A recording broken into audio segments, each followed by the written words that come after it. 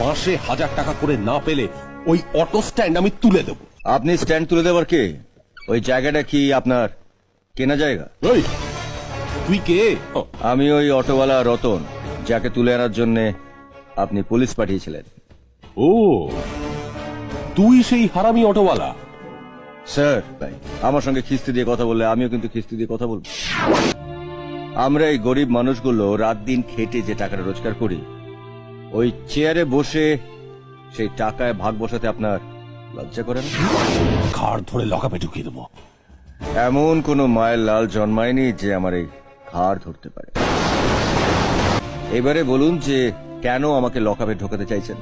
যদি মনে করি যে আমি সত্যি কোনো অন্যায় করেছি, তাহলে আমি নিজেই লকআপে ঢুকে যাব। এখন আমাকে লকআপে ঢোকালে কাল বেলা 12টার সময় আপনাকে আমায় কোর্টে হাজির করতে হবে। আর কোর্টে কাঠগোড়ায় দাঁড়িয়ে আমি চিৎকার করে বলবো, ধর্মাবতার, এই শোরের বাচ্চা পুলিশ অফিসার আমার কাছে ঘুষ চেয়েছিল, আর আমি ঘুষ দিইনি বলে আমাকে লকআপে পুরে দিয়েছে।